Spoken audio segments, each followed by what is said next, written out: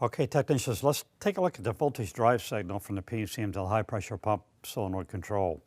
Now, what you're going to see in a minute here on the skip patterns is the PCM hammers this solenoid 4,000 times a second with battery voltage, but you're not going to see battery voltage.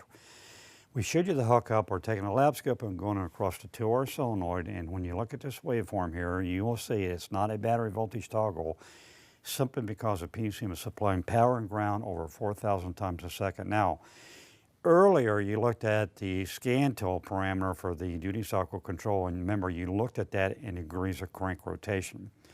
Now some of the scan tools out there will show you both in degrees of crank rotation on time on a solenoid, or in a more understandable format, duty cycle.